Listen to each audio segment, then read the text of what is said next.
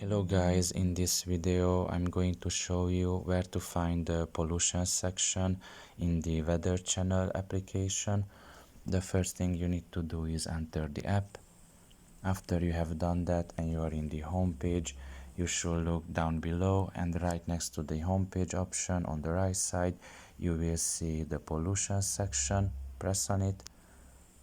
After doing so, you can see the pollution categories in the location that you have selected.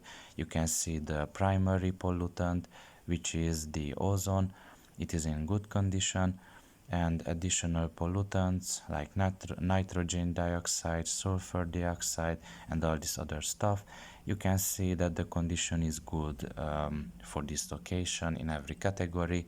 Now you can search up any other city and you can see how big is the pollution there, how bad it is or how good it is.